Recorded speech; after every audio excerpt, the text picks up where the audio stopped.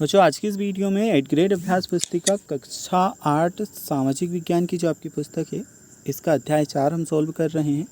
अध्याय का नाम है आदिवासी दिकू और एक स्वर्ण युग की कल्पना।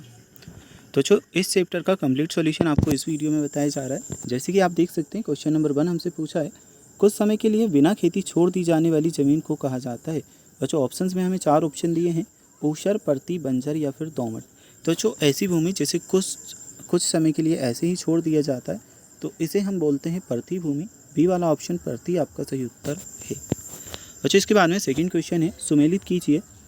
अब इन्हें हमें मैच करना होगा, कैसे करेंगे बच्चों? तो इसमें हमारा बी वाला ऑप्शन सही है, मतलब पहले वाले को हम थर्ड से मैच करेंगे, दूसरी वाली को पहले से, तीसरी वाली को चौथे से और चौथे वाले को सेकंड से। इसके बाद में जो तीसरा क्वेश्चन है सॉन्ग्स ऑफ द मैकल पुस्तक के लेखक हैं। ऑप्शंस में हमें 4 ऑप्शन दिया है, barrier, Elvin, Somrao Hiwale, Adams, Smith and Johns और एस्ले। और जो इस वाले में बैरियर, एल्विन, सोमराव हिवाले, यही वाला ऑप्शन हमारा सही उत्तर है। चलिए इसके बाद में देखते हैं 4th नंबर को क्वेश्चन। झरिया और रानीगंज की कोयला खदानें स्थित हैं। ऑप्शंस में हमें 4 ऑप्शन दिए हैं, असम, बिहार, मैसूर और झारखंड। अब बच्चों इस वाली क्वेश्चन में आपका बी ऑप्शन बिहार सही उत्तर है। नेक्स्ट हम देखेंगे संताल विद्रोह सन में हुआ था 1831, 55, 1910 या फिर 1940। और जो संथाल का जो विद्रोह था 1855 में हुआ था। बी वाला ऑप्शन 1855 आपका सही उत्तर है। इसके बाद में कुछ रिक्त स्थान हमें देखने को मिलते हैं। घुमंतु खेती को झूम खेती भी कहा जाता है, तो इसमें आप करोगे झूम खेती। गोंड समुदाय के लोग साल और के बीजों का तेल का इस्तेमाल खाना पकाने के लिए करते थे, थाल और महुआ। तो बच्चों इस वाले में आपका आ जाएगा क्या, महुआ। नेक्स्ट है बेबड़ मध्य प्रदेश में घुमंतु खेती के लिए इस्तेमाल होने वाला एक शब्द है। बेगा और खोड़ मध्य भारत के प्रमुख आदिवासी समुदाय हैं। सन 1906 में असम में औपनिवेशिक वन कानूनों का विरोध सोंगरम संगमा ने किया।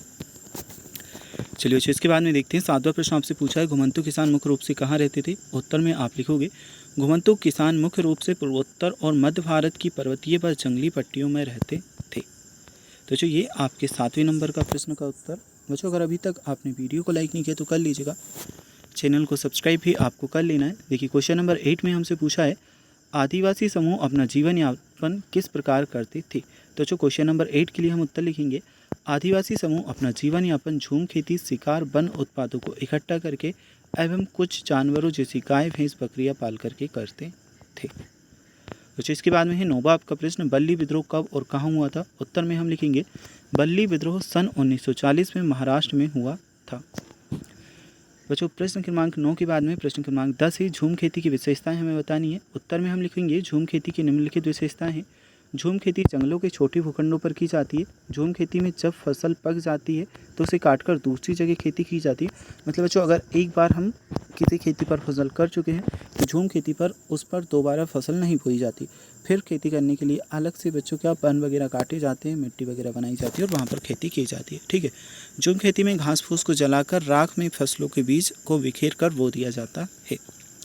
बच्चों इसके बाद में क्वेश्चन नंबर 11 देखेंगे आदिवासी महाजनों और व्यापारियों को अपनी अपनी मुसीबतों को जिम्मेदार मानते थे। उत्तर में हम लिखेंगे आदिवासी महाजनों को ज़्यादा ब्याज दरों पर कर्ज देने के कारण व्यापारियों के द्वारा भारी कीमतों पर चीज़ें बेचने के कारण उन्हें अपनी मुसीबतों का जिम्मेदार मानते थे। बच्चों नेक्स्ट क्वेश्चन यहाँ पर आ जाता है जनजातीय समूह ने बिरसा का समर्थन क्यों किया। उत्तर में हम लिखेंगे जनजातीय समूह ने बिरसा का समर्थन इसलिए किया क्योंकि वे उसे अपना भगवान मानते थे। उन्हें यकीन था कि वह उनकी समस्याएं दूर करने आया है। बिरसा ने जनजातीय समूह में दशा और दिशा में बदलाव लाने के लिए महत्वपूर्ण कार्य किया। बच्चों नेक्स्ट क्वेश्चन देखते हैं क्वेश्चन नंबर 13 आपका आ जाता है वन कानूनों का आदिवासी समूह के जीवन पर क्या प्रभाव पड़ा। आंसर में हम करेंगे वन कानूनों का आदिवासी समूह के जीवन पर निम्नलिखित प्रभाव पड़े। वन कानूनों के लोग होने वाली झूम काश्तकारों एवं जीवन यापन की समस्याओं में होने लगी। वन कानून लागू होने से आदिवासी समूह का जीवन संकट में आ गया। आदिवासी समूह को मजबूरन रोजगार की तलाश में दूसरे इलाकों में जाना पड़ा। चलिए बच्चों इसके बाद में देखते हैं हम आपका नेक्स्ट क्वेश्चन। क्वेश्चन नंबर 14 आपका है झूम काश्तकारों को स्थायी रूप से बसाने में अंग्रेज क्यों असफल रहे। तो उत्तर लिखेंगे झूम काश्तकारों को बसाने में अंग्रेज इसलिए असफल रहे क्योंकि झूम काश्तकारों को परंपरागत कृषि की अपेक्षा स्थायी कृषि में अक्सर नुकसान ही हुआ क्योंकि उनके खेत की अच्छी उपज नहीं दे पाते थे। इसके बाद में बच्चों क्वेश्चन नंबर 15 है बिरसा आंदोलन ने आदिवासी समाज में क्या क्या सुधार हुए। उत्तर में हम लिखेंगे बिरसा आंदोलन से आदिवासी समाज में निम्नलिखित सुधार हुए। बिरसा ने शराब व जादू टोनों पर विश्वास करने का विरोध किया। गांव की व अपने आसपास की सफाई पर बल दिया। बिरसा ने अन्याय का विरोध कर आदिवासियों को आत्मनिर्भर बनाने में सक्षम बनाया।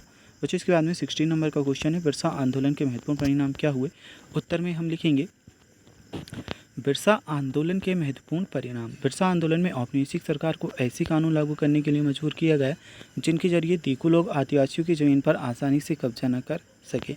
बिरसा आंदोलन ने यह बता दिया कि आदिवासी अन्याय का विरोध करने में सक्षम है। इस आंदोलन से प्रशासनिक सुविधाओं को और भी बेहतर बनाया गया।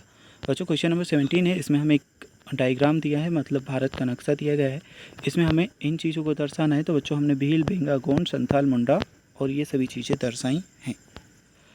बच्चों आपका चैप्टर नंबर 4 कंप्लीट हुआ। अगर आपको नेक्स्ट चैप्टर के आंसर देखना है अध्याय 5 के, तो प्लेलिस्ट में जाकर के या डिस्क्रिप्शन बॉक्स में दी गई लिंक पर जाकर के देख सकते हैं।